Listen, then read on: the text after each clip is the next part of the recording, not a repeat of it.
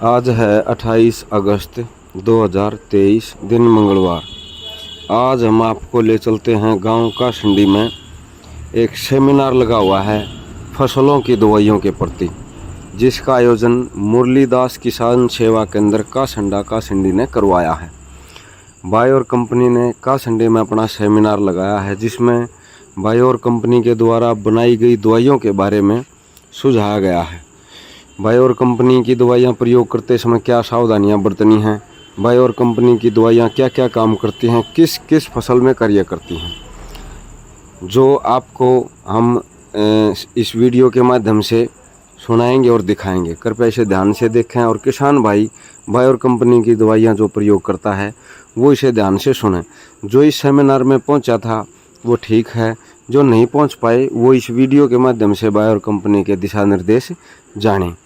Bayor company ने किसानों को एक सम्मान दिया। जो यहाँ पे बायोर कंपनी के सेमिनार में इकट्ठे हुए उन सभी किसानों को एक छाता देकर सम्मानित किया, एक पेन, एक डायरी और बायोर का मेमो देकर सभी का सम्मान किया। हम आपको दिखाते हैं बायोर का सेमिनार और सुनिए इनके चिकित्सकों के परामर्श और सावधानियाँ। और मैं बायर की तरफ से आप सभी का स्वागत हेलो और आप सभी का मैं बायर की तरफ से स्वागत करता हूं कि आप इतना कीमती समय निकालकर इस किसान गोष्ठी में आए।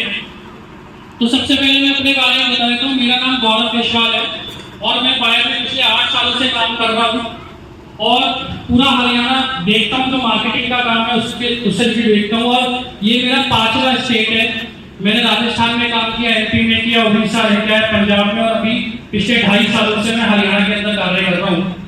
हमारे साथ डॉक्टर सुरेंद्र गोदारा जी आए हैं जो हमारे एग्रोनॉमिस्ट हैं। जितनी भी खेती में समस्या आती है, चाहे कीट है, बीमारियां हैं, उनकी रोकथाम के लिए ये किसानों के साथ मिलकर खेतों में बायर की नई नई दवाइयों के ट्रायल लगाते हैं। साथ के साथ जो पुरानी दवाइयाँ हैं उनके भी ट्रायल लगा के किसानों को समझाते हैं किस प्रकार से दवाइयाँ काम करती हैं। तो मैं सबसे पहले आपको बायर के बारे में बताना चाहूँगा। जो बायर कंपनी है, यहाँ पे जितने किसान भाई बैठे हैं मुझे एक बार हाथ उठा के बताएं कितने लोग बायर को जानते हैं। बायर कंपनी का नाम जानते हैं आप सब? तो यहाँ जितने भी किसान बैठे हैं सभी लोग बायर को जानते हैं। तब भी मैं बता देता हूँ कि बायर एक जर्मनी की कंपनी है और 160 साल से दुनिया के अंदर काम कर रही है। और दुनिया में जो हमारा देश है भारत, इसके अंदर भी इस कंपनी को 125 साल पिछले साल पूरे हो गए हैं। तो ये आज की कंपनी नहीं है। काफ़ी किसान जो यहाँ बैठे होंगे पिछले 40-50 साल से खेती कर रहे हैं, वो बहुत अच्छी तरीके से बायर को जानते होंगे। तो बायर एक साइंस बेस्ड कंपनी है, विज्ञान आधारित कंपनी और विज्ञान पे ही काम करती है। तो बायर का जो मोटो है आपको दिख रहा होगा, वहाँ पे लिखा हरे में, science for a better life. इसका मतलब है कि विज्ञान अच्छे जीवन के लिए बायर का उद्देश्य है। उसी के उद्देश्य में बायर हमारी फार्मास्यूटिकल मतलब मनुष्य के लिए दवाइयाँ बनाती है, साथ के साथ हेल्थ को कैसे अच्छा रखा उसके लिए दवाई बनती है।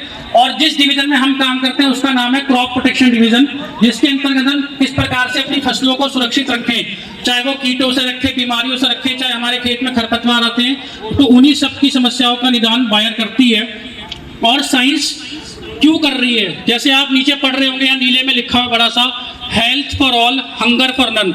इसका मतलब है कि दुनिया में जितने भी लोग हैं वो किस प्रकार से स्वस्थ रहें, बिना बीमारी मुक्त रहें और कोई भी बंदा भूखा ना सोए। इसलिए बायर साइंस पे काम कर रही है। जितनी ज़्यादा हम पैदावार करेंगे, प्रोडक्शन बढ़ाएंगे, क्योंकि भारत की पॉपुलेशन अगले 2-3 सालों में चाइना से भी आगे चली जाएगी, हम पे बहुत ज़्यादा प्रेशर रहेगा लोगों को खाना खिलाने के लिए अच्छी क्वालिटी का। तो बायर उसमें आप लोगों की हेल्प कर रही है। बहुत लोग यहाँ पे बायर की दवाइयों को जानते होंगे। नेटिवो दवाई के बारे में कितने लोग जानते हैं? नेटिवो के बारे में एक बार हाथ उठा दें। फेम दवाई के बारे में कितने लोग जानते हैं, जो फेम आती है? तो बायर की दवाइयां हैं पिछले कई सालों से। इसी प्रकार से नई दवाइयां भी बायर लेके आई है। हेलो, यहाँ देखो आप। तो दुनिया में 160 साल हो गए हैं, हिंदुस्तान में 125 साल हो गए हैं। इसी प्रकार से अगर हम बात करते हैं हरियाणा की, तो हरियाणा में सबसे इंपॉर्टेंट यूनिवर्सिटी है HAU, हरियाणा एग्रीकल्चर यूनिवर्सिटी। तो बायर के जितने भी प्रोडक्ट आपको यहाँ मिलेंगे हरियाणा के अंदर, वो HAU से रिकमेंडेड है। बायर अपने प्रोडक्ट के ट्रायल हरियाणा यूनिवर्सिटी में भी लगाती है। साथ के साथ पंजाब एग्रीकल्चर यूनिवर्सिटी से भी हमारी जितनी भी दवाइयाँ आती हैं उनकी सिफारिशें हैं। सबसे इंपॉर्टेंट चीज़ क्या है कि बायर जो भी बिजनेस करती है वैल्यू में, उसका 10% रिसर्च एंड डेवलपमेंट पे खर्च करती है, यानी नई नई दवाइयों की खोज करने में लगाती है। यानी अगर मोटा मोटा मैं आपको बताऊं तो 20,000 करोड़ से ज़्यादा रुपए बायर हर साल सिर्फ रिसर्च एंड डेवलपमेंट पे खर्च करती है कि आप किसान भाइयों की जो भी समस्याएं हैं उनके समाधान कैसे करें। जैसे आज के पिछले 2-3 सालों से तेले की बहुत समस्या है ना, तेला बहुत ज़्यादा, तेला ही बोलते हैं ना यहाँ पे, बीपीएच को वॉपर बोल लो, तेला बोल लो, उसकी बहुत ज़्यादा समस्या है। तो उसके लिए भी बायर ने इस साल एक नया प्रोडक्ट लॉन्च किया जिसके बारे में डॉक्टर साहब आपको बताएंगे। तो मैं अभी सुरेंद्र गोदारा जी को बुलाना चाहूँगा, क्योंकि आपके यहाँ जो आज मुख्य फसल है वो धान की फसल है। जितने भी किसान यहाँ बैठे हैं सभी बासमती भी लगाते हैं। अगर मैं मोटी मोटी बात करूँ तो आपके यहाँ पे फसल जो है 40 दिन से लेके 60 दिन तक की फसल होगी। किसी की 40 की होगी, 45 की होगी, 50 की होगी, 60 की होगी, 65 दिन की होगी। तो मेरा एक ही निवेदन है आप सभी से कि बड़े ध्यानपूर्वक डॉक्टर साहब की बात सुने। आपका कोई भी सवाल है आप अपने पास रखें, जब हम मीटिंग खत्म करेंगे आपके एक एक सवाल का जवाब देंगे। धान के अलावा भी कोई और फसल होगी आपके यहाँ, उसमें कोई समस्या आती है उसके बारे में हमारे डॉक्टर साहब आपको अच्छे से बताएंगे। तो मैं बुलाना चाहूँगा गोदारा जी के लिए, एक बार प्लीज आप इनके लिए ताली बजा दीजिए।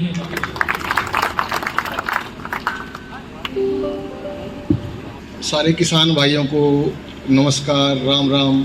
मेरा नाम सुरेंद्र सिंह गोदारा है और मैं बायर में पिछले 14 साल से रिसर्च का काम देखता हूँ।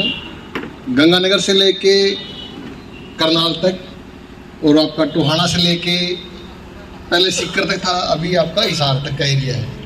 तो लगभग अपने एरिया में जो क्रॉप फसलें हैं, धान, अमरूद के बाग भी हैं, किन्नू के बाग भी हैं, फिर उसके बाद बाजरा भी है, गुआर भी है। जितनी भी फसलें हैं, साड़ी की हो चाहे सावनी की हो, कणक है, सरसों है, उसके बाद सब्जियां हैं, सारी फसलों पे जितने भी बायर के प्रोडक्ट आते हैं, कोई भी प्रोडक्ट बायर का लॉन्च होता है उससे करीबन 2 साल पहले से लेके 2 साल बाद तक हम ट्रायल करते हैं और कि बायर ने केमिकल बना दिया अपने किसान। माइक पास में करना पड़ेगा दादा। जितने भी बायर के प्रोडक्ट हैं उनको हम पहले चेक करते हैं कि कंपनी ने प्रोडक्ट बना दिया, हमारे खेत में जाके कैसे काम करेगा। हर एक किसान का खेत अलग अलग टाइप का है, हर आदमी का स्प्रे करने का तरीका अलग है, पानी लेगा वो अलग लेगा, डोली टाइप अलग लेगा, कोई ड्रम से करेगा, कोई सिंगल बैटरी वाली ढोलकी से करेगा, कोई डबल बैटरी से करेगा, कोई पेट्रोल वाली टंकी है उस इंजन लगा रहे उससे स्प्रे करेगा, कोई हाथ वाली डोली से स्प्रे करता है। और स्प्रे की नोजल तक भी फर्क पड़ता है कि किस किसान ने कैसी नोजल लेके स्प्रे करी है और उसका टाइमिंग। कोई कई बंदे हैं जो सुबह 8-9 बजे उठेंगे, 10-11 बजे जाके स्प्रे करके आएंगे, शाम में आके फिर आराम से सो जाएंगे। तो आपका जो स्प्रे करने का टाइमिंग है वो तक बहुत मैटर करता है कि कंपनी ने दवाई बनाई है, किस डोज पे किस टाइम स्प्रे करिए, सारा हमारा जो रिजल्ट है उस पर निर्भर करता है। एक ये देखो कि सिर्फ स्प्रे करने का टाइमिंग है, सुबह स्प्रे करी या शाम को करी, अकेला वो एक फैक्टर है जो 30% रिजल्ट को कम डाउन कर देता है। हमने पानी कितना लिया, 4 डोली में स्प्रे करके आगे 25 लीटर वाली में 100 लीटर पानी पड़ा। अगर मैं वही सेम स्प्रे 6 डोली में करता हूँ 150 लीटर पानी में, तो रिजल्ट में क्या फ़र्क पड़ेगा। हम कई बार क्या करते हैं, 4 डोली स्प्रे करके आएंगे, दवाई हर जगह तक पहुँचेगी नहीं। जहाँ तक दवाई को पहुँचना है थोड़ा सोच के देखो आप कि भाई जो दवाई 150 लीटर पानी में जानी चाहिए थी वो अगर 150 लीटर पानी में नहीं गई, 100 लीटर में गई, तो 33% उसकी रीच कम होगी, 33% जगह तक पहुंचेगी नहीं वो, और उसके कारण अपने 30% रिजल्ट सीधे सीधे उड़ गए। वो 30% रिजल्ट हम कैसे पूरे कर सकते हैं, या तो 30% दवाई की डोज बढ़ाओ, या फिर हम हर साल क्या करते हैं, दवाई की थोड़ी वो डोज बढ़ा देते हैं, थोड़ी फालतू कर ले वाला। पानी हमारा धीरे धीरे या तो हम खुद स्प्रे नहीं कर रहे, या डोल से कर रहे हैं, या करवा रहे हैं, तो एक आधी डोली हम खा जाते हैं लास्ट में जाके। अपने को ये देखना है कि जितनी भी एग्रो केमिकल चेक होते हैं मार्केट में, रिसर्च जो गवर्नमेंट के डायरेक्शन है, कीड़े मार दवाई और फफूंदनाशक दवाई 150 लीटर पानी में चेक होती है, उनकी डोज 150 लीटर पानी के हिसाब से सेट होती है। और जितनी भी घास वाली दवाई है 200 लीटर पानी पे सेट होती है। आप लोगों ने मोमी जी यूज की थी, सबने करी थी। तो जो किसान भाई 150 से 200 लीटर पानी की तरफ जाएगा, 250 लीटर भी पानी डाल देगा किले में, उसके रिजल्ट ज़्यादा बढ़िया आएंगे। जो 100 लीटर की तरफ आएगा उसके रिजल्ट कम होते जाएंगे। उसके बाद में जितने भी कीड़े मार दवाई, अगर आप 100 लीटर की तरफ आओगे तो रिजल्ट कम हो जाएंगे, 200 की तरफ जाओगे फिर कम हो जाएंगे, क्योंकि दवाई पतली ज़्यादा हो जाएगी, वो उतना असर नहीं करेगी, कीड़े के प्रति उतना असरकारक नहीं रहेगी।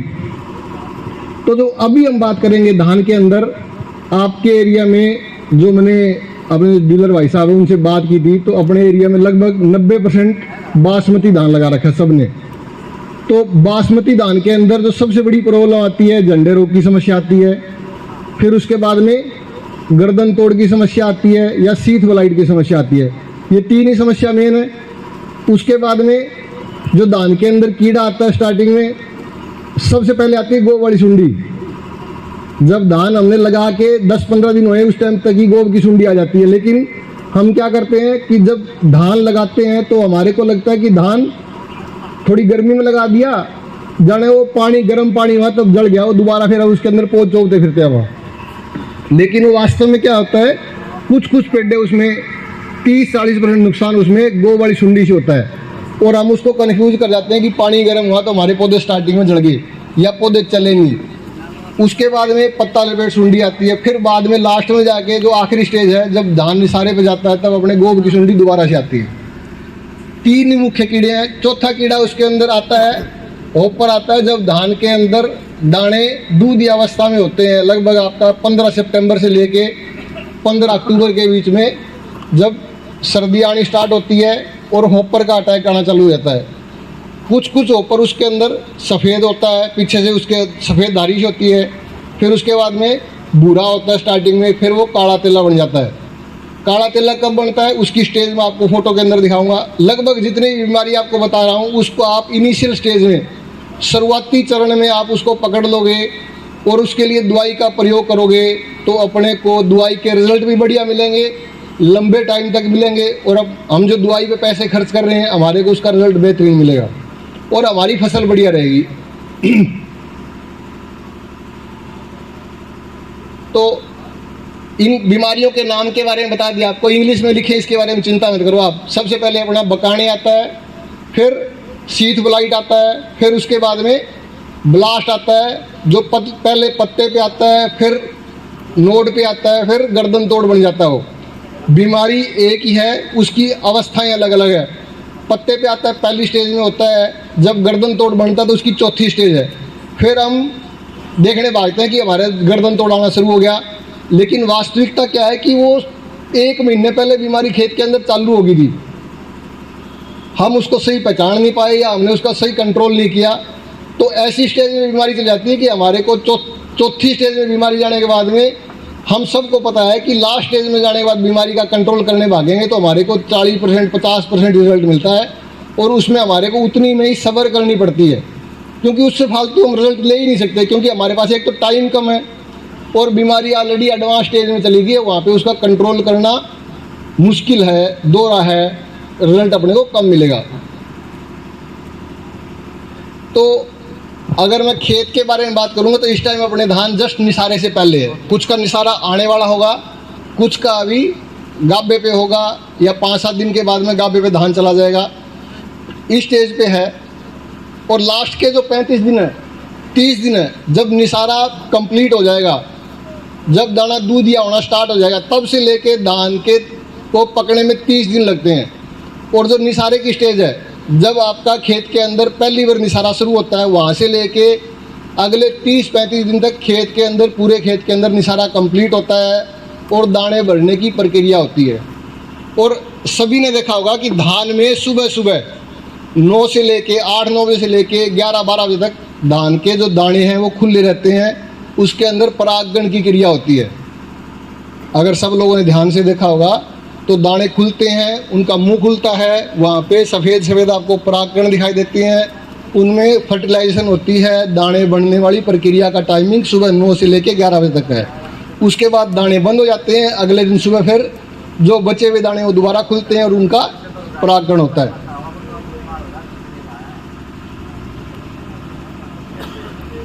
तो जो मैंने आपको बताया, सबसे पहले आपका गो वाली सुंडी आती है। गो वाली सुंडी उसको बोलते हैं तना छेदक सुंडी। वो क्या करती है, जिस भी पौधे के अंदर घुसेगी, वो पौधा जो उसका कल्ला फूट रखा है उसको मार देगी। क्यों? क्योंकि वो उसके अंदर उसने उसका कनेक्शन कट कर देती है वो। और उसकी पहचान क्या है? उसकी जो तितली उड़ती है उस पर 2 काले निशान होते हैं पीछे, आपको फोटो में दिखाई दे रहा होगा ऐसी तितली अपने को खेत के अंदर, अगर हम शाम के टाइम खेत में जाएंगे तो हमारे को ज़्यादा दिखाई देगी। सुबह सुबह जैसे जैसे दिन चढ़ता जाएगा ये कीड़े छुप जाते हैं, अपने को दिखाई नहीं देते। कारण हम भी जब 10-11 बजे धूप होनी चालू होती है हम भी अपने घर में आके सो जाते हैं सब।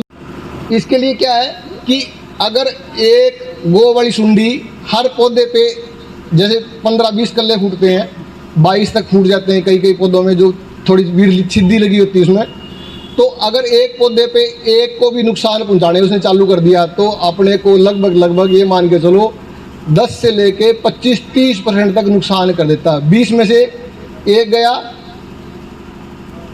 कितने परसेंट नुकसान हो गया? 5, 1.5, और एक कल्ला नुकसान जाता है तो ऊपर जो दाने बढ़ने की क्षमता है वो 10-12% उपज में नुकसान कर देती है। तो अपने को ये देखना है कि भाई वो किस हद तक अपने को नुकसान कर सकती है, तो उस नुकसान को अपने को बचाना है। और वही अपने लिए फ़ायदेमंद चीज़ है कि उस नुकसान आया, आज मेरे को खेत के अंदर ऐसे धान की बाली सफ़ेद होने लगी और मैं स्प्रे करने के लिए लेने जाऊँगा, आज स्प्रे लेके आऊँगा, कल जाके स्प्रे करूँगा, बाई जहाँ थोड़ा बहुत मौसम ख़राब हुआ तो 1 आधे दिन और निकल जाएगा, सुबह करूँगा शाम में करूँगा, इस चक्कर में 2-3 दिन निकल जाते हैं अपने, और तब तक वो ऑलरेडी नुकसान कर चुकी होती है। एक सुंडी 200 से लेके 350 अंडे देती है। एक जो इसका फिड़कला है 200 से लेके 350 अंडे देती है अपने 7 दिन के जीवन चक्र में। आप ये देखो कि उसकी वृद्धि दर कितनी ज़्यादा है, कितनी लार्ज स्केल पे वो अपने को नुकसान पहुंचा सकती है। तो अपने को ये पता होना चाहिए कि इसका मैंने टाइमली कंट्रोल नहीं किया तो मेरे को किस लेवल तक नुकसान पहुंचा सकती है। उसके लिए जो बायर की दवाई आती है वाइगो 80 ml प्रति किले के हिसाब से शाम के टाइम स्प्रे करनी है 150 लीटर पानी में। थोड़ा सा अगर किसी के गन वाला फुहारा है, डबल बैटरी वाला है या पेट्रोल वाली टंकी वाला है या ट्रैक्टर से भी कर रहे हैं, तो थोड़ा सा बारीक फुहारे के बजाय थोड़ा सा मोटा कर लो उसको। उसके पीछे कारण बता रहा हूँ मैं कि जब बूंद टाइप में पड़ेगा तो धान के पौधे के अंदर, गोब के अंदर पानी जाएगा, वहाँ पे जाके वो पानी जमा हो जाएगा। अगर बाई चांस उसके अंदर कीड़ा है तो उसको मार लेगा, नहीं तो अगर बाई चांस ऊपर अंडे दिए हैं वो सुंडी चल के नीचे जाएगी, उस जगह से जहाँ पे पानी रुका है वहाँ से सुंडी चल के जाएगी। तो सुंडी जो स्टार्टिंग की स्टेज होती है, बिल्कुल छोटा सा बच्चा होता है, अपने सुई का नाकू होता है ना, जो तुरपाई वाली सुई होती है, उसके पीछे जिस नाकू में हम धागा पोते हैं उससे भी छोटी सुंडी होती है वो सुंडी बिल्कुल नाजुक होती है, उसके दवाई के ऊपर से टपके जाएगी, मर जाएगी। तो हमारे को ये ध्यान रखना है कि मैं स्प्रे करनी है वो शाम को करनी है, 150 लीटर पानी में करनी है। कुछ भाई उसमें से ऑब्जेक्शन कर सकते हैं जी मैं 30 किले 40 किले में शाम में कैसे करूँ, सारी की सारी एक दिन में नहीं होती स्प्रे कभी भी। अपने 30 किलो में धान लगाए, 40 किलो में लगाए तो एक दिन में नहीं लगाया, वो 3 दिन में लगाए, 4 दिन में लगाए, 5 दिन में लगाए, 2 दिन में आप स्प्रे कर लो, 3 दिन में कर लो। लेकिन अगर आपको रिजल्ट का डिफरेंस भी देखना है तो आधी दवाई आप कुछ किलो में सुबह करो, कुछ किलो में शाम में करो, दोनों में रिजल्ट कंपेयर कर लेना। आप खुद देख सकते हो, हमारा खुद का खेत है, हम खुद प्रयोग कर सकते हैं, आपको किसी ने रोका नहीं है। उसके बाद में आता है जो अभी धान के अंदर अभी कीड़ा चल रहा है, फिड़का जिसको बोलते हैं, आपको उड़ता हुआ ज़्यादा दिखाई दे रहा है शाम को। उस कीड़े को अगर आप ध्यान से देखोगे, ये लीफ फोल्डर का पत्ता लपेट सुंडी का अडल्ट है, उसका फिड़कला है ये। वो उसके ऊपर देखोगे आपको जो लाइन दिखाई दे रही है ना, 2 पैरेलल में पंख पे, वैसी लाइन दिखाई देगी, हल्का सा पीले रंग का होगा, पीलाश लिए होगा थोड़ा सा। उसको ध्यान से देखोगे तो आपको पता चल जाएगा ये भरपूर मात्रा में उड़न लग रहा है अपने खेतों में भी। इस टाइम में जो किसान भाई खेत में शाम को जाके देखेंगे तो आपको खेत के अंदर माड़ की तरह उड़ता हुआ मिलेगा, मक्खियों की तरह उड़ता हुआ मिलेगा। इसका मतलब ये आपका लीफ होल्डर की सुंडी का हमला खेत के अंदर आज से 15-20 दिन पहले होगा। उसके बाद अंडे से, प्यूपा से, आपका जो तितली की 4 अवस्था होती है ना, अंडा, लार्वा, प्यूपा और अडल्ट, जो तितली निकली है वो तितली प्यूपा से निकल के आ गई, अभी उसने फिर अंडे देने चालू करने दोबारा से। तो आप आरे को इसी स्टेज में उसको रोकना है, नहीं तो इसकी जो जनसंख्या जो इस टाइम बढ़ रखी है उससे 4 गुना फिर हो जाएगी। ये भी लगभग जितनी भी आपकी सुंडी है जो हमला करती है 200 से लेके 350 400 तक अंडे देती है। हर एक कुछ अंडे गुच्छे में देती है, कुछ एक एक अंडे दे के जाती है। अगर कुछ लोग सब्जी लगाते हैं तो अमेरिकन सुंडी है वो एक एक अंडा देती है। ये मकड़ी की तरह गुच्छे में इकट्ठा अंडा देती है, उसके बाद में पूरे पत्तों में फैलती रहती है धीरे धीरे। उसके बाद क्या है, इसके कंट्रोल के लिए भी वाइगो दवाई है, सबसे बेस्ट दवाई वाइगो है।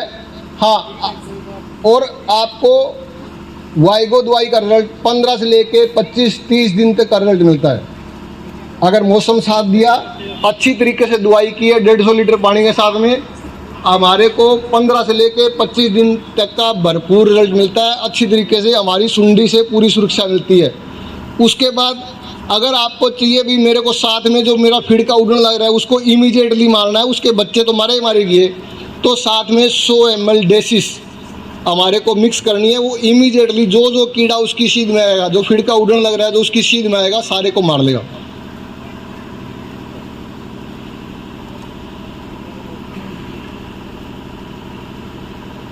वाइगो का स्प्रे करने का टाइमिंग, एक तो ये टाइम है बिल्कुल परफेक्ट टाइमिंग है जब हमारा धान गाभे पे जाने वाला है, अभी फिड़के का अटैक ज़्यादा हो रहा है, गो वाली सुंडी आने का भी टाइम हो रखा है, तो हमारे को ये टाइम वाइगो का स्प्रे करने का बेस्ट टाइम नहीं है।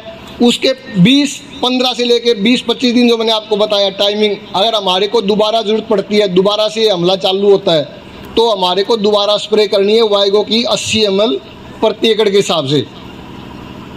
उसके बाद अभी जैसे हम सारे किसान भाई यहाँ पे बैठे हैं, अभी सबका पसीना आने लग रहा है, उमस हो रखी है, पसीना आ रहा है, तो ये मौसम है। अगर खेत के अंदर ये सेम कंडीशन चालू हो रखी है तो शीथ ब्लाइट, जिसको आपको शीथ ब्लाइट बोलते हैं, तो उसका हमला खेत के अंदर बीमारी चालू हो गई है। अगर ये बीमारी आपकी 5% पौधों पे, किसी एक पौधा देखा हमने उस पे आ रखी है और इतनी की दूर में चालू हो रखी है नीचे वाली जड़ में, जहाँ पे पानी पौधे को टच होता है, एक विश्व जितनी दूर में अगर चालू हो गई है तो वो बीमारी अगले 15-20 दिन के अंदर विकराल रूप धारण कर लेगी और पूरे पौधे को कवर कर लेगी, क्योंकि बीमारी जल्दी फैलती है और उसको कंट्रोल करना बहुत ज़रूरी है। और मौसम ने साथ दिया तो और जल्दी फैलती है। तो उसके लिए जो बायर की दवाई आती है ब्यूनोस 250 ml प्रति किले के हिसाब से अपने को शाम के टाइम स्प्रे करनी है। 150 लीटर पानी है। अभी बोलोगे बार बार शाम में बोलना आ रहे हो, बावड़ा आएगी। उसके पीछे कारण बताता हूँ आपको। सुबह खेत के अंदर ओस होती है और वो पानी अनतोल्या पानी है, पता नहीं कितना खेत के अंदर पानी पड़ा है। उस पानी के से क्या होगा कि दवाई मैंने डाली, वो पानी के अंदर जाके पड़ी, पतली होगी, दवाई पहुंच तो जाएगी, लेकिन जहाँ पे उसको टारगेट पे जाना है वहाँ पे उतनी कंसंट्रेशन में, उतनी गाढ़ी दवाई नहीं पहुंची कि वो बीमारी को पूरा कंट्रोल कर ले।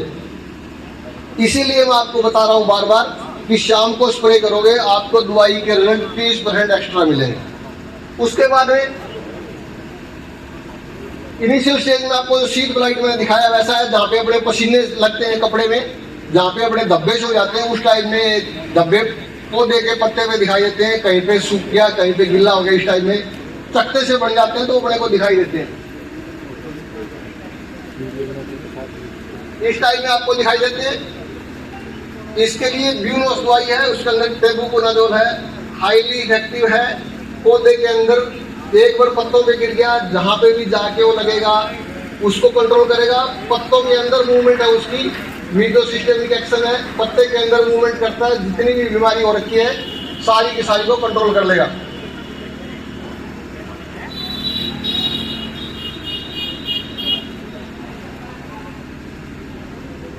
उसके बाद कंडीशन आती है कि मेरा को पत्ता लपेट सुंडी का भी हमला इकट्ठा दिखाई दे रहा है और आपका शीत ब्लाइट का भी मेरे को अटैक लग रहा है कि साथ साथ आने चालू हो रखा है। तो दोनों दवाइयों की आप इकट्ठी मिला के स्प्रे कर सकते हो, लेकिन उसके लिए एक ही चीज़ का ध्यान रखना है कि दोनों दवाइयों को अलग अलग बाल्टी में घोलनी है। उसके बाद ड्रम में या बाल्टी में डालनी है। उसका कारण बताता हूँ, क्योंकि कई बार जब हम ड्रम में सीधे डोल के अंदर डाल देते हैं, 300 लीटर का ड्रम है, उसके अंदर सीधी दवाई डाल दी, बोतल उसी के अंदर खाली कर दी, बोले कौन बाल्टी में घोलेगा। उसका नुकसान क्या होगा कि कई बार जाके वो सीधी सीधी दवाई घुलती नहीं है पूरी, और या जो स्टार्टिंग में पंप पहला पानी फुहारा चकेगा उसके अंदर ज़्यादा गाढ़ी दवाई आ जाएगी, तो हमारे को पूरे किले के अंदर उसका एक समान स्प्रे नहीं होगा, एक समान कंसंट्रेशन उसकी नहीं होगी। तो हमारे को आखिर में जहाँ पे भी वो कम दवाई बचेगी उस जगह रिजल्ट कम मिलेगा। इसलिए अपने को दवाई है, कभी भी दो दवाई का मिश्रण करते हो आप, तो पहले दोनों दवाइयों को अलग अलग बाल्टी में 4-4, 5-5 लीटर पानी में घोल के फिर उसके बाद उस ड्रम में डालो। उसके बाद में जो अपने को बीमारी मैंने बताई थी गर्दन तोड़, उसका स्टार्टिंग की स्टेज क्या है? जो अपने को एक पत्ता ऊपर दिखाई दे रहा है उस पर देख रहे हो आप कि एक पत्ते पे कितने निशान है? 40-50 निशान हो रखे हैं थोड़ी सी दूर में। ये बीमारी की तीसरी अवस्था में चला गया है। इसका मतलब क्या है कि इस टाइम तक ये बीमारी कंट्रोल हो जानी चाहिए थी। अभी ये नोड पे जाएगी, उसके बाद में गर्दन तोड़ बीमारी बनेगी, इसको कोई रोक नहीं सकता। अगर रोकेगा भी, कितनी भी हम स्प्रे कर देंगे, 2-3 बार लगातार स्प्रे कर देंगे 7 दिन के अंतर पे, तो हमारे को 50 से 70% ही कंट्रोल मिलेगा। नहीं तो अगर हम इसको टाइमली स्प्रे करेंगे, एक पत्ते पे मेरे को 4-5 निशान दिखाई देते हैं, उसी टाइम मैंने स्प्रे करी तो मेरे को बीमारी से 80 to 90% कंट्रोल पहली स्प्रे के अंदर मिलेगा। उसका फायदा क्या है कि जहाँ जहाँ पे बीमारी फफूंदनाशक जो नेटिव स्प्रे कर रहे हो आप 160 ग्राम प्रति किले के हिसाब से, जहाँ जहाँ पे भी दवाई जाके सीधी लगेगी वहाँ पे वो सीधा कंट्रोल कर देगी। उसके बाद में जहाँ जहाँ पूरे पत्ते के अंदर जो दवाई मूवमेंट करेगी वो क्या करेगी? उस बीमारी को पूरे पौधे के अंदर फैलने से रोक देगी, उसका फर्दर स्प्रेड रोक देगी।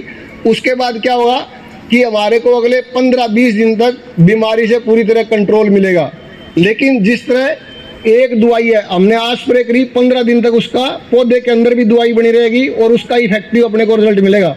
लेकिन कई बार मौसम फेवरेबल नहीं है या बीमारी दोबारा से ग्रोथ करनी चालू कर देती है, दूसरी स्टेज से वो तीसरी स्टेज में जाने में उसको 10 दिन लगने थे, अभी 5 दिन लग रहे हैं या 15 दिन, उसने टाइमिंग उसका एक्सटेंड कर दिया।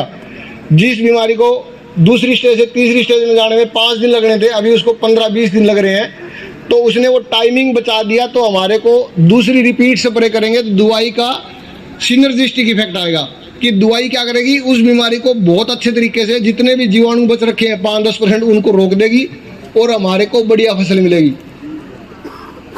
नेटिवो 160 ग्राम, अगर फसल गाबे पे आ रखी है, पहली स्प्रे अपने को 5% निसारा आता है उस टाइम करनी है। फिर उसके बाद में 15 दिन के बाद में अपने को जब निसारा लगभग 70-80% कंप्लीट हो गया, उसके बाद दाने भरने वाली स्टेज में आ गया, उस टाइम अपने को दूसरी स्प्रे नेटिवो 160 ग्राम प्रति किले के हिसाब से करनी है ताकि वो बीमारी को इफेक्टिव तरीके से रोक ले। उसके बाद नेटिवो क्या करती है, जैसे सब लोग पहले हाथ उठा रहे थे, भी हम नेटिवो से भली भांति परिचित है सारे, तो जितने भी दाने हैं उनको बढ़िया पकाएगी और उसके बाद में दानों के अंदर चमक आएगी। उसके बाद में कई बार लास्ट की स्टेज में आपको धान की बालियां सफ़ेद दिखाई देती हैं कहीं कहीं पे भी, तो जो मैंने बताया स्टार्टिंग में गो वाली सुंडी लास्ट स्टेज में जाके भी हमला करती है। जब दाने आपके दूध की अवस्था से पकने वाली स्टेज में जा रहे हैं तब हमारे को कोई कोई बाल सफ़ेद दिखाई देती है। इसका मतलब उस बाली का नीचे से कनेक्शन कीड़े ने बीच में से कट कर दिया है, उसके कारण ऊपर भोजन नहीं जा रहा है, ऊपर वाले दाने सूख के सफ़ेद हो गए और वो उस बाली के अंदर दाने नहीं पकेंगे। तो हमारे को वो स्टेज आने से पहले ही अपने को फेम 50 ml प्रति एकड़ के हिसाब से 150 लीटर पानी में अपने को स्प्रे करनी है। उसके बाद में जो अगला जब दाना दूध की अवस्था में आता है तो उस टाइम में हमारे धान के अंदर 15 सितंबर के आसपास अगले 10-12 दिन के बाद में 15 दिन के बाद में टेले का अटैक चालू हो जाएगा। और जब उसको पहचान करने की एक आसान है, अगर खेत के अंदर जब हम स्प्रे करने जाते हैं कोई, तो एक एक पौधे को बीच में से जहाँ पे थोड़ी नमी ज़्यादा रहती है, नाली के किनारे या जहाँ पे नहर के किनारे हैं कहीं पे खेत, या जहाँ पे थोड़ा संगना लगा हुआ है या जहाँ सिस्टम है टाली है कोई, उसके पास में जो पौधे लगे हुए हैं धान के, उनके पास आप अगर आप ध्यान से देखोगे तो आपको होपर धान के झुंडे के बीच में बैठा हुआ दिखाई देगा। अगर एक पौधे पे 5 से लेके 10 होपर बैठे हैं तो वो आइडियल स्टेज है होपर को पहली स्टेज में कंट्रोल करने के लिए। अगर मैं उस स्टेज पे उसको पकड़ नहीं पाता हूँ तो जितने भी अपने घरों में आजकल कुछ एलईडी के बल्ब ज़्यादा हो रखे हैं, लेकिन जो पुराने वाले बल्ब हैं, जो 20 रुपए के सूर्या वाला बल्ब आता था पहले, पीली रोशनी वाला, उस पे वो कीड़ा ज़्यादा आता है और हमारे को घरों के अंदर भी दिखाई देता है। तो अगर मेरे खेत के अंदर मोटर पे वो बल्ब लगा है या घर के अंदर आंगन में कोई बल्ब लगा है तो वहाँ पे अपने को ऊपर दिखाई दे जाता है। अगर वो ऊपर दिखाई घर में दिखाई देना चालू होगा, इसका मतलब खेत के अंदर उसकी अवस्था है वो 5 से 10 ऊपर क्रॉस करने वाला है, या कुछ कुछ खेतों में क्रॉस भी कर गया हुआ स्टेज। अगर उस स्टेज पे मैं उसको कंट्रोल करता हूँ तो वो एक ऐसी अवस्था है कि मैं जो उसकी पॉपुलेशन का बिल्डअप होना है, जो एकदम भभका मार के जो पॉपुलेशन आएगी, उसको मैं आराम से रोक सकता हूँ। उसके लिए मेरे को बायर की जो नई दवाई आई है कर्बिक्स प्रो 170 ग्राम, एक वापिस करना, ये जो हॉपर है वो लास्ट में जाके काला तिल्ला कब बनता है, जब उसके पंखों पे काले निशान आ जाते हैं तो वो काला तिल्ला अपने को दिखाई देता है। वास्तव में वो बुरा तिल्ला ही है, लेकिन उसके पंख पे काले निशान आ जाते हैं। जब वो बुरा पक जाता है, वो पूरी उम्र ले ली उसने, बच्चे पैदा करने वाली अच्छी अवस्था में आ गया, तब उसके पंखों पे काले डॉट आ जाते हैं और वो उसकी ऐसी अवस्था है कि उस स्टेज पे अगर आप दवाई की स्प्रे करोगे तो उसके ऊपर जो चमड़ी है, उसकी जो स्किन है, वो काइटिन लेयर आ गई उस पर, और उसके बाद वो मरना थोड़ा, उस पर दवाई पड़ेगी, पड़ते ही फिसल जाएगी। अभी क्या होगा, जो भी हम दवाई स्प्रे करेंगे पहले पौधे में जाएगी, फिर वो वहाँ से रस चूसेगा, फिर वो मरेगा। नहीं तो अगर वो इस स्टेज में काले तले वाली स्टेज में नहीं पहुंचा है तो जो दवाई उसको सीधी भी लगी वहाँ से भी मर जाएगा, जो दवाई पौधे से घूम के आएगी उससे चूसने से भी मर जाएगा वो। इसके लिए जो बायर की नई दवाई आई है कर्बिक्स प्रो 170 ग्राम प्रति किले के हिसाब से अपने को 150 लीटर पानी में स्प्रे करनी है। इसकी स्प्रे भी शाम को करनी है और 150 लीटर पानी। अभी कोई बोले मैं 250 लीटर में 400-450 लीटर का ड्रम था, ढोल था मेरा, 2 किले में करके आ गया।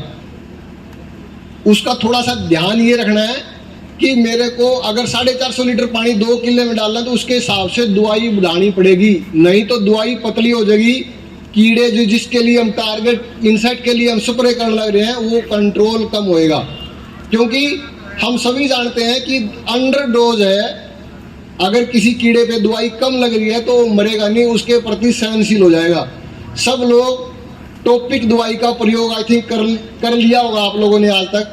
पहले आधी पुड़िया, आधे पैकेट, एक पैकेट 2 किलो में, 1.5 किलो में करते थे, 2 किलो में करते थे, फिर अभी 2.5 पैकेट पे आए, 2 पे आए। कुछ भाई अभी 3-3, 4-4 पैकेट करते हैं, लेकिन जो बल्टी है, गुल्ली डंडा है, गणक में कंट्रोल नहीं होता।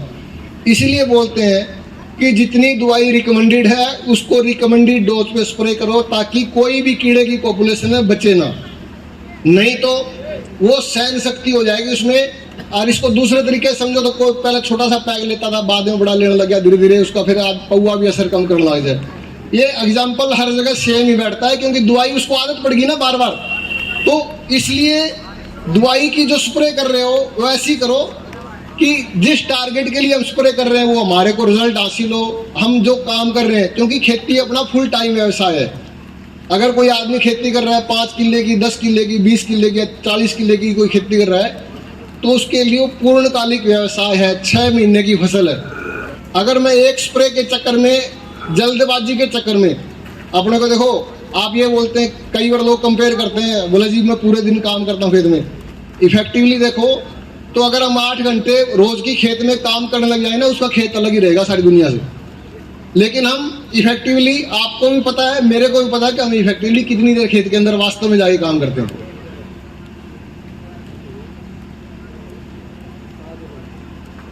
ये आपको पैचेज में दिखाई देता है। ये इसकी तीसरी से चौथी अवस्था है, जब पौधे बोलने लगते हैं कि कीड़ा बहुत ज्यादा आ गया, तेला बहुत ज्यादा आ गया, फिर मैं स्प्रे करने भाजूंगा तो मेरे को हो सकता है हर तीसरे दिन, चौथे दिन दोबारा स्प्रे रिपीट करनी पड़े ताकि कुछ काबू में आए हो। टाइम पे अगर मैं स्प्रे पहली स्प्रे करूंगा, जब मेरे को एक पौधे के अंदर 5 से लेके 10 ऊपर दिखाई दे रहे हैं, उस टाइम स्प्रे करूंगा तो मेरे को इफेक्टिव कंट्रोल मिलेगा, लंबे टाइम का मिलेगा, दवाई के रिजल्ट बढ़िया मिलेंगे, लंबे टाइम तक मिलेंगे। नहीं तो फिर अपने को रिपीट जल्दी जल्दी मारनी पड़ेगी, 5वें दिन 6ठे दिन दोबारा स्प्रे करनी पड़ेगी और अपने को खर्चा देखो उतना ही लग जाना होता है। मैं ये नहीं कहता कि लोग स्प्रे नहीं करते, करते हैं स्प्रे, लेकिन थोड़ा सा टाइम निकाल के 4 दिन लेट करते हैं उसको 4 दिन पहले कर दो। जितनी जरूरत है उसके हिसाब से करो, ताकि हमारे को दवाई का बढ़िया रिजल्ट मिले, दवाई को काम करने का मौका मिले, हमारे को जो दवाई के हमने पैसे खर्च किए उसका वैल्यू मिले। उसके बाद में अगर धान अभी निसारे पे आ रखा है और आपका दूध ये दाने वाली अवस्था है, और मेरे को लगता है कि कहीं कहीं ब्लास्ट मेरे को दिखाई दे रहा है, कहीं कहीं गो वाली सुंडी का अटैक भी है और थोड़ा बहुत ऊपर का अटैक भी है, तो फेम 50 ml, नेटिवो 160 ग्राम और कार्बिक्स प्रो 170 ग्राम प्रति किले के हिसाब से तीनों दवाइयों को अलग अलग घोल बना के अपने को ड्रम में डाल के 150 लीटर पानी के हिसाब से स्प्रे करनी है, शाम के टाइम करनी है। उसके पीछे मैं कारण आपको बता चुका हूँ। और थोड़ा सा मोटा फुहारा करके, जितना बारीक फुहारा होगा उतनी दवाई कम पौधे पे तो गिर जाएगी, लेकिन उसको जहां तक नीचे तक पहुंचना है वहां तक नहीं पहुंच पाएगी, क्योंकि पानी का ड्रॉप बन के जाएगी, वो नीचे तक जाएगी, हॉपर को भी अच्छी तरीके से कंट्रोल करेगी और आपका गो वाली सुंडी को भी बढ़िया तरीके से कंट्रोल करेगी। पौधे के ऊपर अगर नेटिवो पड़ गई, ड्रॉप के तौर पे पड़ो, किसी तरीके से पड़ो, तो पौधा अपने आप अवशोषित करके जहां जहां पे सीधी दवाई लगेगी वो कंट्रोल कर लेगी, नहीं तो पौधे के अंदर घूम के उसको बढ़िया तरीके से कंट्रोल कर लेगी। और अगर मेरे को लगता है कि गो वाली सुंडी का अटैक नहीं है, मैंने पहले वाइगो स्प्रे करी है 80 ml किले के हिसाब से, अभी मेरे गो वाली सुंडी की कोई समस्या नहीं है, तो जो नेटिवो और कार्बिक्स प्रो 2 दवाई का भी आप प्रयोग कर सकते हैं। वो अपने को जरूरत के हिसाब से, उसका प्रयोग अपने को जरूरत के हिसाब से करना है कि मेरे खेत में गो वाली सुंडी का हमला दिखाई दे रहा है तो मेरे को स्प्रे करनी है, उसको मिक्स करना अंदर। उसके बाद में ये अपना बायर का पूरा पैकेज है। आई थिंक हर एक आदमी को एक एक लिटरेचर फोल्डर दिया गया है, उसके अंदर ये सारे का सारा शेड्यूल उसके अंदर लिखा हुआ है, लिख के डाला हुआ है। और आप सभी लोगों के पास में जो बायर का यहाँ पे स्टाफ है उसका लोकल नंबर है, चाहो तो आप उनको फ़ोन कर सकते हैं, या आपके पास इसके अंदर जो शेड्यूल लिखा है उसके हिसाब से आप देख के पहचान करके आप खुद प्रयोग कर सकते हैं। उसके बाद में चलो, ये फार्म राइज ऐप है, किसी ने इसके बारे में सुना आज तक? बताया? एक अपने कॉमन सेंस के लिए बात कर रहा हूं मैं। एक ऐप आता है बायर का, फार्म राइज ऐप। इसके अंदर क्या है, सब लोगों के पास स्मार्टफोन है, आईफोन को छोड़ के जो अपने गूगल वाले फ़ोन है, जिसके अंदर जीमेल से हम रजिस्टर करके गूगल प्ले स्टोर है, उसके अंदर आप फार्म राइज ऐप बायर करके डालोगे तो ये ऐप दिखाई देगा। इसके फ़ायदे आपको बता रहा हूँ मैं, 4-5 फ़ायदे हैं। एक तो मेरे को मंडी का भाव पता चलेगा, एक जो बायर की दवाई खरीद के ले आ रहे हो, लगभग दवाइयों का इसके अंदर कोड आ गया है, आप उसको स्कैन करोगे आपको बता देगा कि दवाई असली है कि नकली है। लगभग दवाइयों का बता रहा हूँ मैं। कुछ दवाइयाँ जो पुरानी बनी हुई है, अभी चालू किया इसको 2 महीने पहले, जो कुछ दवाइयाँ पुरानी बनी हैं उनका शायद इसके अंदर एप्लीकेशन में कोड ना हो, लेकिन जो दवाइयाँ नई मैन्युफैक्चरिंग है सब का सब इसके अंदर कोड आया है। आप इसको स्कैन करोगे बता देगा दवाई बायर की ऑथेंटिक है कि नकली है। उसके बाद में उसके अंदर एक फीचर होगा, जितने भी स्मार्टफोन यूजर हैं सबके पास में उसके अंदर एक फीचर है कि अपने खेत की बाउंड्री डिसाइड कर दो। मेरे 6 किले हैं, मैंने उसकी बाउंड्री लगा दी कि ये खेत मेरा है, तो ये ऐप क्या करेगा, आपको आपके खेत के हिसाब से मौसम की जानकारी देगा। भाई मेरे खेत में 2 शिवाणम खेत है, किसी के एक इधर अगुणे में, एक छिपता साइड में आथुने शिवाणम खेत है, तो अगर मेरा इस साइड में खेत है, इधर बारिश आएगी कि नहीं आएगी, वो खेत के हिसाब से स्पेसिफिक इंफॉर्मेशन देता है। और इसके अंदर एक एडवांस फीचर जो बाद में आएगा, अभी नहीं है, आज से हो सकता है 2 साल के बाद में, 6 महीने के बाद इसके अंदर फीचर आ जाएगा कि आप अपनी फसल जो आज जैसे मैं धान चोप के आया हूँ, खेत के अंदर पौध लगाई है मैंने, नर्सरी लगाई है, इसके अंदर मैं डाल दूँ, आज मैं पनीरी लगा के आया हूँ, डेट डाल दो इतनी दूर में पनीरी लगा के आया हूँ, आपको आपकी पनीरी के हिसाब से, दिनों के हिसाब से वो जानकारी देता रहेगा कि आज आपकी पनीरी 20 दिन की होगी, 25 दिन की होगी, आज 30 दिन की होगी। अगर बाई चांस आप 30 दिन क्रॉस करते हो तो ये बताएगा आपकी धान की पनीरी 30 दिन की होगी, आपको खेत में लगा देनी चाहिए उसको अब तक, नहीं तो आपकी पनीरी है वो लेट हो जाएगी, उसके बाद इसके जितने कल्ले फूटने चाहिए वो नहीं फूटेंगे, हमारे को आर्थिक नुकसान होएगा। उसके बाद में जब खेत के अंदर रुपाई कर दिया अपने, खेत के अंदर ट्रांसप्लांटिंग कर दी लेबर से, तो ये जानकारी देगा कि आज आपकी धान की फसल खेत में बोए हुए आपको 10 दिन हो गए, 20 दिन हो गए, 30 दिन हो गए, इसके अंदर ये अवस्था है, ये पर्टिकुलर कीड़े का हमला हो सकता है। उसके बाद में क्या करेंगे, इसमें जो नया फीचर ऐड हुआ कि जो ऑटोमेटिक क्रॉप मॉडलिंग करते हैं, जैसे हरियाणा गवर्नमेंट करती है, Haryana agriculture remote sensing satellite है हिसार के अंदर, वहां से सारी जानकारी लेती है। गिरदावरी जो ऑनलाइन करते हैं, एक तो मेरा फसल मेरा ब्यौरा में डालते हैं, सारे लोग डालते हैं ना। उसके बाद में दूसरा तरीका, गवर्नमेंट उधर से वेरीफाई करती है, हर एक आदमी का किला नंबर, खतौनी नंबर उसके अंदर डाला हुआ है, वहां से वेरीफाई करती है कि इसका वास्तव में खेत है कि नहीं है। अगर आप लोगों ने देखा होगा, कुछ लोगों के खेत में एडीओ आते हैं क्रॉप कटिंग एक्सपेरिमेंट करने के लिए, ब्लॉक लेवल पे आते हैं वो, कुछ कुछ गाँव में कहीं कहीं जाते हैं, तो वो किला नंबर वहां से आता है। वो पटवारी की मदद से पर्टिकुलर सरपंच के पास आता है, गांव में नंबरदार के पास आके बोला जी मेरे को फलाने आदमी का फलाना किला, उसके अंदर जाके ईल्ड देख के आनी है, उपज देख के आनी है कि झाड़ कितना आएगा। उसके बेस पे फिर अपने को जो फसल बीमा योजना के तहत जो मुआवजा मिलता है वो मिलता है।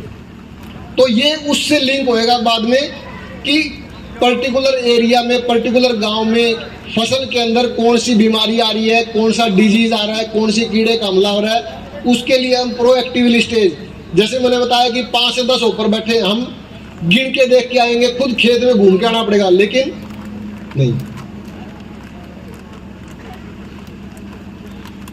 जब एक तो मैं खुद चल के खेत में सारे में देख के आऊंगा, ये ऑटोमेटिक मॉडलिंग से चेक हो जाएगा कि भी फलाने खेत के अंदर इस टाइम में क्या इन्वायरमेंटल कंडीशन है और कैसे कैसे उसके अंदर बीमारी आने की संभावना है।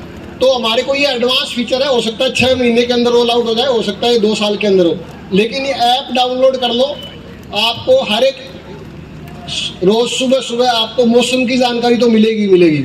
अभी आपके एरिया में कुछ ठीक ठाक बारिश हो रखी है, हिसार वाला एरिया है या आगे सिरसा वाला एरिया है, अब और गंगानगर तक 25 जुलाई के बाद में एक भी बारिश नहीं हुई है। 25 जुलाई से लेके आज 28 अगस्त हो गई, 28, 29, 30 दिन हो गए, एक भी 2 उंगल भी बारिश नहीं आई है वहाँ। आपके एरिया में करनाल, कुरुक्षेत्र वाला, अम्बाड़ा एरिया, कुछ एरिया डूबने लग रहा है, लेकिन कुछ एरिया में एक भी बारिश नहीं आई है। हाँ जी, यहाँ भी कम है।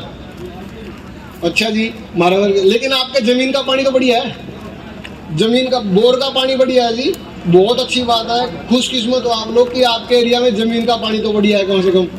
और उसका फायदा ये है कि हमारे को जो उसका नीचे से अभी बोर कितने फुट पे अपने, फिर भी 80-85 फुट पे चौवा है कि बोर है। अच्छा, चौवा 10 पे ही है, चलो कोई बात नहीं, फिर भी आप ठीक कंडीशन में हो। आपका बठिंडा के पास गुनियाना गांव है, अगर किसी ने अमरीक सिंह मान सुना है ना गाना, पंजाबी गाना, उसके गांव में 350 फुट पे चौवा है। अभी देख लो अपने यहाँ पे कितने फुट पे चौवा और वहाँ पे कितने फुट पे चौवा है। कुछ एरिया ऐसा है उन्होंने बहुत पानी खींचते हैं वो लोग, तो पानी का जितना सही तरीके से उपयोग करेंगे उतना बढ़िया है। इसमें जो मैंने आपको बताया, कितने लोगों के पास फार्मराइज ऐप है? फार्मराइज ऐप आप सबके पास मोबाइल नंबर है, आप प्लीज इसको डाउनलोड कीजिए। आपके पास है? आपको आती है इसकी जानकारी या देखी नहीं कभी, या साइलेंट कर रखा उसको? आप इसके अपने खेत की बाउंड्री डालिए, इसमें मेरा खेत माई फील्ड ऐसे करके कुछ हो, इसमें आप इसमें माई फील्ड की ऑब्जर्वेशन डालिए, आपको इसके अंदर पूरी बाकायदा पूरी इंफॉर्मेशन आएगी।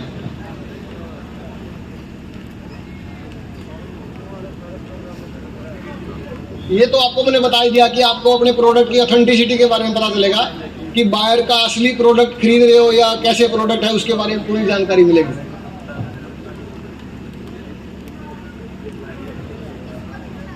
हाँ भाई, अभी आप लोगों का कोई पर्सन है, कोई ऐसी चीज है जो अनआंसर्ड रहेगी, मैंने इन चीजों में कवर नहीं की, तो आप मेरे को 1 by 1 पूछ सकते हैं।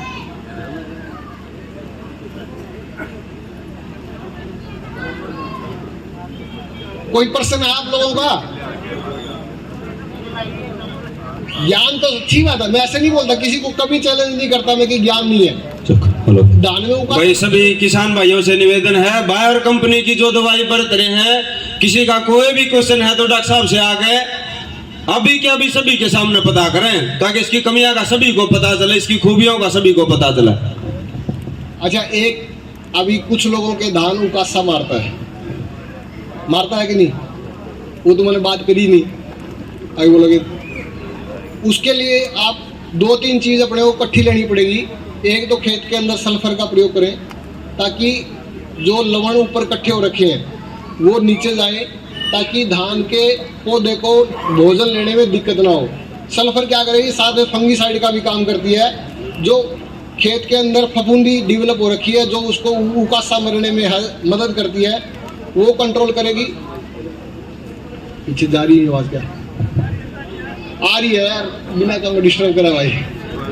उसके बाद में एक चीज़ और ध्यान रखनी है कि आपको ब्यूनोस दवाई जो मैंने आपको बताई थी 250 ml 15-20 किलो में मिट्टी में मिला के खेत के अंदर डालनी है। जब पानी मध्यम अवस्था में हो, ज़्यादा भरा हुआ ना हो, सूखने की तरफ जा रहा हो, उस टाइम अपने को डालना है। और एक काम और करना है, जब हम कणक में कोड़ लगाएंगे, जब कणक में कोड़ लगाते हैं ना, तो जिन जिन किसान भाइयों के खेत के अंदर धान उकासा मारता है या लास्ट में जाके कणक में ही प्रॉब्लम आती है, एक मिनट, तो जब अपने खेत के अंदर कणक में कोड़ लगाते हैं तो ट्राइकोडर्मा एक दवाई आती है, संजीवनी के नाम से, इंटरनेशनल पेनेशिया की आती है। तो आप 3 किलोग्राम वो दवाई लेके उसको 15-20 किलो मिट्टी में मिला लो और कोड़ के आगे आगे छिड़क दो, और उसके बाद पानी लगा दो। या आपने कोड़ दबा रखी कणक की तो पीछे पीछे उसको छींटा लगा दो। उससे क्या होगा कि खेत के अंदर जितनी भी फफूंदी होगी वो सबको खा जाएगी। और अगर आपको किसी पर्टिकुलर किले में ज़्यादा प्रॉब्लम आ रही है, उसको 2 बार डाल दो सर्दियों में। गर्मियों में उसका प्रयोग नहीं करना, क्योंकि वो दवाई जैसे ही पानी गर्म होता है काम करना बंद कर देती है, क्योंकि वो मित्र कीट है। अगर उसको पानी ज़्यादा गर्म होगा, जब हम खेत में घुसते ना, हमारे को पानी ताता लगता है, तो इसका मतलब वो दवाई उसके अंदर अगर मैंने डाली तो ख़त्म हो जाएगी, वो कोई काम नहीं करेगी। अगर कोई लोग वो दवाई डालते हैं धान के अंदर, खड़े खेत के अंदर डाल के आते हैं, तो उसका प्रयोग करने का कोई फायदा नहीं है। उसको कणक के अंदर डालो, दुगना रिजल्ट आएगा। उसके बाद में झंडा रोग कितने लोगों के आता है? झंडा नहीं आता? चलो हाँ जी, दवाई मार देते हैं। तो मैं छोटा सा आपको बताता हूँ, झंडा रोग को रोकने का 50% आसान तरीका है कि जहाँ पे भी आप नर्सरी लगाते हैं उस जगह बदल लो 3-4 साल। उसके पीछे कारण क्या है कि धान के खेत में जब हम खेत में ट्रांसप्लांट करते हैं तो 3 महीने 4 महीने लगातार पानी खड़ा रहता है, वो उस जमीन में कोई प्रॉब्लम नहीं आती, कोई बीमारी ज़्यादा नहीं आती। लेकिन जब वहाँ पे हम पनीरी लगाते हैं, वहाँ पे क्या, हम रात को पानी भरते हैं, सुबह काट देते हैं। रोज की पानी भरने से और सूखने से जमीन को हवा लगती है, वहाँ पे फफूंदियाँ फंगस डेवलप होनी चालू हो जाती है। उसको कंट्रोल करोगे तो ऑटोमेटिकली अपने खेत के अंदर फफूंदी नहीं आएगी। क्योंकि जहाँ पे भी नर्सरी हम 3 साल से, 4 साल से, 5 साल से, 10 साल से जहाँ पे भी लगा रहे हैं, हमारी नर्सरी की जगह फिक्स रहती है। कारण वहाँ एक तो घास कम आएगा, एक मोटर के कन्ने, मोटर के नज़दीक है ना, पानी सोरा लग जाए, और वो ज़मीन भी हमारी ऐसी है कि वहाँ से पानी निकल भी सोरा जाता होगा। तो थोड़ा सा ध्यान ये रखना है कि वो नर्सरी वाली जगह अपने को 3-4 साल बदल लेनी है। ऑटोमेटिकली आपकी जो झंडे की बीमारी है वो 50% से ज़्यादा कंट्रोल हो जाएगी। झंडा नर्सरी की जगह, सिर्फ नर्सरी की जगह बदलने से आपकी 50% झंडा की बीमारी कंट्रोल हो जाएगी। और कोई प्रश्न हो तो पूछ लो। किसी का कोई प्रश्न है जी किसान भाइयों? हाँ जी डॉक्टर साहब, ये जो बकाली रोग है इसका क्या इलाज है? हेलो सर जी, नमस्कार। बकाली रोग का क्या इलाज है सर? ये जो पेट बकाली रोग का क्या इलाज है सर? ये जो बकाने रोग का मैंने अभी बताया था, झंडा रोग बोलते हैं, बकाने बोल दो, कुछ है। उसके लिए तो सबसे पहला कारण है अपने को नर्सरी की जगह 3-4 साल बदल देनी है। उसके पीछे कारण कुछ नहीं है, एक फिजोरियम मोनिलीफॉर्मी फंगस है जो कि उसकी ग्रोथ बढ़ा देती है। और वो पौधा जल्दी ग्रोथ करता है नॉर्मल से, और उसके बाद उसमें दाने नहीं लगते। लेकिन ध्यान रखने वाली बात यह है कि अगर मेरे धान के खेत में 1 लाख पौधे हैं और उसमें से 1% पौधों में बीमारी आ रही है, तो कितने पौधे हुए? 1000 कनाल के कितने हुए? 200-250। लेकिन वो अपील ऐसी देते हैं कि मेरे खेत के अंदर बीमारी आ रही है, क्योंकि ऊंचा खड़ा है ना, वो ज़्यादा दिखा है। तो उसके बारे में ज़्यादा घबराने की लोड़ नहीं है। अगर वो 1% से नीचे प्रॉब्लम है तो कुछ ज़्यादा उसके बारे में टेंशन करने की जरूरत नहीं है। उसके बाद एक इनका प्रश्न था कि मम्मी जी है, दवाई स्प्रे करते हैं कड़क में, तो आखिरी पानी, तीसरे पानी के बाद में उसके अंदर डंगा नीचे जामना चालू हो जाता है।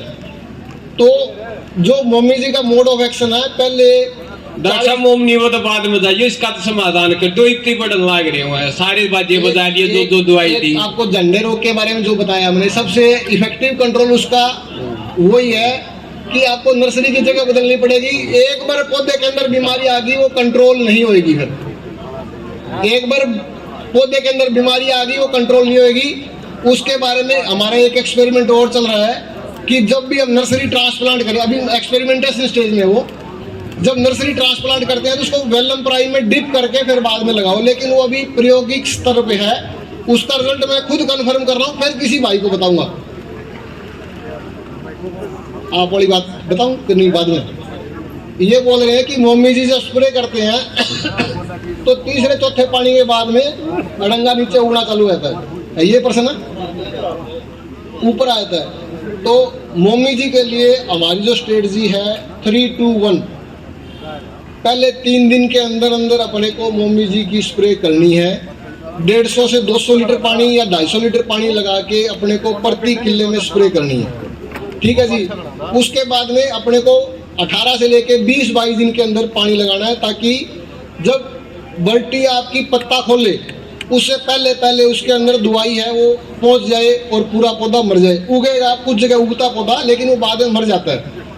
उसके बाद में क्या है, जब तीसरा पानी लगता है या चौथा पानी लगता है तो कुछ गुल्ली डंडा जो पहला पानी लगाते टाइम में बड़ा हो गया था, जिसने पत्ते खोल लिए थे, वो आपका पहले 30-35 दिन तक तो दबा रहेगा, फिर बाद में ग्रोथ चालू कर देता है। तो उसके लिए हमारे को एक बाद में स्प्रे करनी पड़ सकती है। अगर मेरे को लगता है कि खेत के अंदर ज़्यादा उसका पॉपुलेशन ज़्यादा है, कुछ जगह क्या होता है कि एक खेत के अंदर 1 मीटर बाई 1 मीटर 1 गज जगह में हमारे हजार पौधे हो जाते हैं गुल्ली डंडे के। उसमें से अगर 99% भी मार दिए तो 1% बच गया, और 1000 का 1% 10 हो गए। 1 मीटर में 10 पौधे भी खड़े हैं तो भी हमारे को ऐसा लगता है गुल्ली डंडा बहुत सारा हो गया। इसके लिए हमारे को उसको उसी टाइम कंट्रोल करना। चलो ठीक है जी। तो धन्यवाद डॉक्टर साहब आपका बहुत बहुत कि आपने बड़े अच्छे से किसानों को समझाया। तो जैसे हमने शुरू में बोला था कि हम कुछ क्वेश्चन भी पूछेंगे कि आपने क्या क्या सीखा, तो उसके बदले में हम आपको कोई गिफ्ट भी देंगे छोटा सा। तो मेरा पहला प्रश्न है, जो बायर कंपनी है उसको दुनिया में कितने साल हो गए और हिंदुस्तान में कितने साल हो गए? आपने हाथ उठाना है, जो हाथ उठाएगा फिर मैं उसको यहाँ बुला लूंगा। मैं फिर से प्रश्न पूछता हूँ कि बायर कंपनी को दुनिया के अंदर कितने साल हो गए और हिंदुस्तान में कितने साल हो गए? आप आ जाओ भैया। अपना नाम बता दो और गांव का नाम। जितेंद्र जी। हाँ जी, गांव का नाम? गांव का संडी जी। ठीक है जी, बताइए। 160 साल हो गए जी इसको आए, और हिंदुस्तान में 125 वर्ष हो गए जी। सही जवाब है, गलत जवाब है? तो ताली बजा दो इनके लिए, देना गिफ्ट दे दीजिए इन्हें। और सभी किसान भाइयों से निवेदन है, अपनी अपनी सीटों पर हैं, बाहर आपका समय खराब नहीं करेगी। ये सभी के लिए गिफ्ट लेकर आए हैं, अपनी सीटें ना छोड़ें। तो मेरा दूसरा प्रश्न ये है कि डॉक्टर साहब ने आपको बताया, यार इसको थोड़ा हाइड कर देना वरना दिखता रहेगा। कहते ना क्वेश्चन का आंसर तो यही लिखे है ना, फिर बता दोगे आप। कुछ और लगा दो ताकि लाइट रहे। तो बायर कंपनी ने आपको, जैसे डॉक्टर गोदारा ने बताया, इसको थोड़ा हाइड कर दे यार डॉक्टर। हेलो, इसको हाइड कर दे, कोई और दूसरी प्रेजेंटेशन लगा दे, हाँ इसको रहने दे। तो जो पहली अवस्था बताई थी कि 40 से 45 दिन की अवस्था है, तो 40 से 45 दिन की अवस्था में क्या दिक्कत आती है? कौन कौन सी दिक्कत आती है? कीड़े कौन कौन से आते हैं? पत्ता लपेट, गोप की सुंडी आती है, साथ में उसी समय उल्ली शुरू हो जाती है। तो कौन किसान भाई बताएगा कि 40 से 45 दिन पे कौन सी दवाई करनी है और उसकी डोज कितनी है? बता दो ताऊ, आ जाओ, अपना नाम बता दो। सुरेश कुमार। हाँ जी, कौन कौन वाइगो का स्प्रे करना है, कितने ml? 80 ml। ठीक है जी, और साथ में क्या डालना है? इसके लिए कीड़े के लिए तो यही है। और साथ में एक और दवाई बताई जिसकी वजह से आप अपने खेत में उल्ली से बचाओगे, कौन सी दवाई है? वो नहीं पता। देखो, और कोई किसान भाई बता सकता है? हाँ हाँ, तो आ जाओ, बता दो। कोई नहीं, तो खड़े रहो, आधा जवाब दिया आपने। क्या नाम है जी आपका? संजय कुमार। तो कौन कौन सी दवाई करनी है 40 से 45 दिन पे? बताओ, मुंह से बताओ। हाँ, वाइगो। अरे कौन उसकी बात? तो वाइगो कितनी करनी है? 80। और ब्यूनोस 250। तो याद रखो, जिस भी किसान भाई की फसल 40 से 45 दिन की आज की अवस्था है, पत्ता लपेट गोभसिस की सुंडी से बचाने के लिए वाइगो 80 ml प्रति एकड़ के हिसाब से, और जैसे इन्होंने बताया ब्यूनस 250 ml प्रति एकड़ के हिसाब से करनी चाहिए, और कम से कम 150 लीटर पानी हमें लगाना चाहिए। तो मैं दोनों को इनाम देना चाहूंगा। मनीष, ताली बजा दीजिए, आपके बीच के लोग हैं। तो मेरा अगला प्रश्न है, अगर किसी किसान भाई की फसल 60 से 65 दिन की अवस्था में है, तो 60 से 65 दिन की अवस्था में कौन सी दवाई करनी है? कि कौन सी दवाई करनी है? याद है किसी को? आ जाओ भाई, बता दो। इतने सारे लोग बैठे हैं, सिर्फ एक दो बंदे हाथ उठा रहे हैं। इतनी देर से डॉक्टर साहब आपको समझा रहे थे, हमें याद रखना चाहिए कि हमें क्या करना है, अन्यथा फिर से हम वही गलती करते हैं कि जाके। Native fam क्रोबक्स। नेटिवो कितनी करनी है? नेटिव 160 ग्राम। और कर्बिक्स? कर्बिक्स 170 ग्राम। और फैम 50। फेम 50। सही है, गलत है? ताली बजा दो फिर भाई के लिए। मैं चाहूंगा सेठी साहब आ जाए, एक बार इनाम दें सेठी साहब। तो जैसे भाई ने बताया, अगर आपकी फसल 60 से 65 दिन की है, तो आपको पत्ता लपेट गोप की सुंडी के लिए फेम दवाई करनी है 50 ml, और नेटिवो दवाई जो आपके पौधे को हरा रखती है आखिर तक, वो 160 ग्राम करनी है। और बायर ने नई दवाई कौन सी लॉन्च की है? क्या नाम है आपका? हुआ नहीं हुआ? जी ना, हमें ठीक है, आप बताइए। तो अगर हम तीसरा स्प्रे करेंगे 80-85 दिन पे, तो क्या करना है? नेटिवो कितनी का? 170। और कर्बिक तो सही बताया ना? एक बार ताली बजा लो इनके लिए। राणा साहब आ जाओ, आप दे दो। मास्टर जी आ जाओ। तो किसान भाइयों, मैं आपको क्यों याद दिला रहा हूँ, हम यहाँ पे बैठे हैं सिर्फ ये बताने के लिए आए थे किस प्रकार से खेती को बचाना है। अगर आप सब याद नहीं रखोगे, आप जाके बायर की दवाई बाई नेम नहीं मांगोगे, तो कोई आपको देगा भी नहीं। याद रखना हमारा काम है नहीं है। इतने साल हमें खेती करते हो गए, हमें पता है कि धान के अंदर पत्ता लपेट आता है, गोप की सुंडी आती है, और अपना उल्ली की समस्या आती है, तेले की समस्या आती है। परंतु यहाँ इतने सारे किसान भाई बैठे हैं जो जाके बोलते हैं कि मेरे को अगर जीरी का बीज लगाना कितना लगेगा, मक्के का बीज कितना लगेगा, चेरी का बीज कितना लगेगा। एज ए किसान हमें जाके बाई नेम चीजें मांगनी चाहिए। आप सबसे पहले कोशिश करो कि आप वहां जाके बोलो कि मैं बायर की दवाई का इस्तेमाल करूंगा। तो मेरा अगला प्रश्न है, कितने किसान भाई इस साल बायर की नेटिवो या वाइगो फेम इस्तेमाल करेंगे इस साल? एक बार हाथ उठा सकते हैं, कितने किसान भाई करेंगे? अगर आप सभी इस्तेमाल करोगे तो आपको क्या बेनिफिट होगा? आपकी फसल समय पे पकेगी, आपकी फसल में कीट नहीं आएंगे, बीमारी नहीं लगेगी, तो आपको अधिक पैदावार मिलेगी। नेटिवो दवाई कितने किसान हैं जो यहाँ पे 2 बार करते हैं बासमती में? क्या बेनिफिट मिलता है? आपकी फसल आखिर तक हरी होती है, बीमारी नहीं आती है, और आपका जो झंडा पत्ता आखिर तक हरा रहता है, और फसल पूरा समय लेती है। इस वजह से आपको 1 से 1.5 कुंटल पैदावार अधिक प्राप्त होती है। तो जो आप खर्चा करते हो बायर की दवाई का, वो आपको सारा बेनिफिट मिल जाता है। मेरा कितने लीटर पानी में डालना है? तो सही जवाब है, गलत है? सेठी साहब आ जाओ, दे दीजिए। ताली बजा दो, आपके बीच के ही बंदे हैं। आपका ज्यादा समय नहीं लूंगा, मुझे पता है यहाँ बैठ के गर्मी लग रही है। तो जैसे इन्होंने बताया, बायर ने तेले की नई दवाई लॉन्च की कर्बिक्स प्रो, जिसको 170 ग्राम एकड़ के हिसाब से करना है। किसान भाइयों, मैं गौरव देशवाल आप सभी का बहुत बहुत धन्यवाद देता हूँ कि आप इतने आराम से यहाँ बैठे, बहुत अच्छे किसान थे, बहुत अच्छे से सुना। और साथ के साथ धन्यवाद देना चाहूँगा हमारे अनुबंधन रिटेलर राणा जी को, मास्टर जी ने बोलते हैं कि उन्होंने आप सबके साथ यहाँ जुड़ने का मौका दिया, सौभाग्य प्राप्त किया हम लोगों ने कि आप लोगों के साथ रूबरू हुए। साथ में बुलाना चाहूँगा हमारे जो BDH हैं, सेठी जी, काफ़ी लोग सेठी साहब को भी जानते होंगे। सेठी जी हमारे ऑथराइज डिस्ट्रीब्यूटर हैं जो पूरे सोनीपत डिस्ट्रिक्ट के अंदर देखते हैं।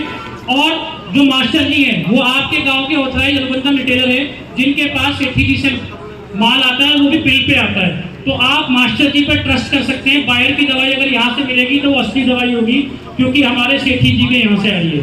तो मैं आशा करता हूँ जिस प्रकार से आपने 2022 में बायर का सहयोग किया, जैसे आपकी फसल की परिस्थिति है, बासमती आपने लगा रखा है, तो आप बायर की फेम, नेटिवो, वाइगो, कार्बिक्सलो का इस्तेमाल करेंगे और अपनी फसल को सुरक्षित बनाएंगे। इसी के साथ आप अपनी जगह पे बैठे रहें। जितने भी किसान भाई आए हैं, मेरा सिर्फ एक ही निवेदन है, कुछ खाने की व्यवस्था भी की गई है, वो भी खा के जाएं। साथ के साथ जो हमने आज छाते हैं वो सभी को देंगे। भगदड़ ना मचाएं। जितने लोग बैठे एक एक बंदे को एक एक छाता जरूर मिलेगा। जिसको मिल गया उसको दोबारा नहीं मिलेगा। आप अपने कुर्सियां पे जो के दोनों में, आप अपनी और सीट जो पे बैठो। कुर्सियां खाली है उनको भी भरें पहले प्लीज। तो खड़ा कोई ना रहे, मेरा निवेदन है, एक बार सभी कुर्सी पे बैठ जाएं। छाता केवल किसान भाइयों के लिए है और वो आप अपनी कुर्सियों पर कुर्सी पे विराजमान बैठे प्लीज। रहो। कोई कुर्सी खाली नहीं चाहिए जी। एक सिंपल सी बात बोलूंगा, मास्टर जी ने यहाँ बुलाया है, मास्टर जी की रिस्पेक्ट हमारी है। जैसे आप ये व्यवस्था बनाए रखेंगे, इन्हीं के हाथों में हमने सौंप रखा है, ये एक एक बंदे को गिफ्ट देंगे। ये कुर्सियां खाली हैं भाई, किसान भाइयों आ जाओ, इसमें संतुलन अच्छा बनेगा, सारा काम व्यवस्था से निपटेगा।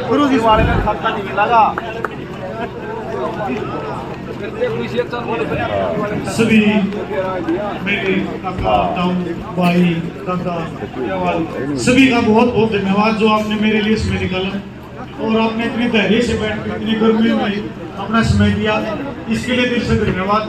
आपके सहयोग के कारण ही ये बायर कंपनी हमारे सामने है और मैं आशा करूंगा कि बिना किसी, यदि हमारी तरफ से कोई कमी रह गई हो तो उसके लिए हम क्षमा देंगे और आराम से अपना खाना खाएंगे, अपना गिफ्ट लिएंगे, आराम से जाएंगे, बदल में हम जाएंगे, खाना सभी के लिए। धन्यवाद भाई यार ये बाहर करे यार, कुर्सियां आ जाओ भाई, आसानी हो जाएगी, इधर आ जाओ प्लीज।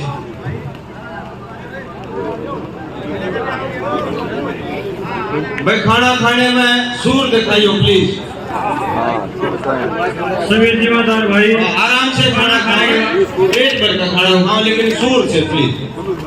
सभी जिम्मेदार भाई को खाना खाने के बाद कृपया अपने प्लेट को ट्रॉली में ही डालें, कचरा ना फैलाएं, गौशाला में दूसरी ना फैलाएं please. Tecnología que permite a personas, animales y plantas सफाई का विशेष ध्यान रखें प्लीज। gracias a una सभी किसान constante भाई खाना खाने के बाद ofrece अपनी प्लेट को ट्रॉली के अंदर ही डालें। de cultivos con enfoque en una cultura sustentable para futuras generaciones. Cumix es el सुनो जी insuficiente उसी तरीके से प्लीज, कोई चीज खराब नहीं जावे, सभी से निवेदन है वो अपना काम शुरू करें।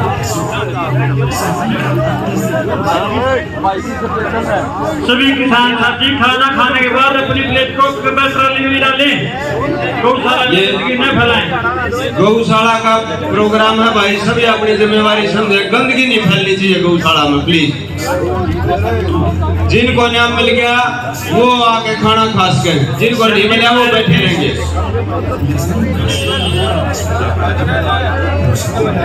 ये लाभ केवल किसानों के लिए है, कृपया बगैर कोई नॉन किसान इसका लाभ न ले प्लीज। सभी किसान साथी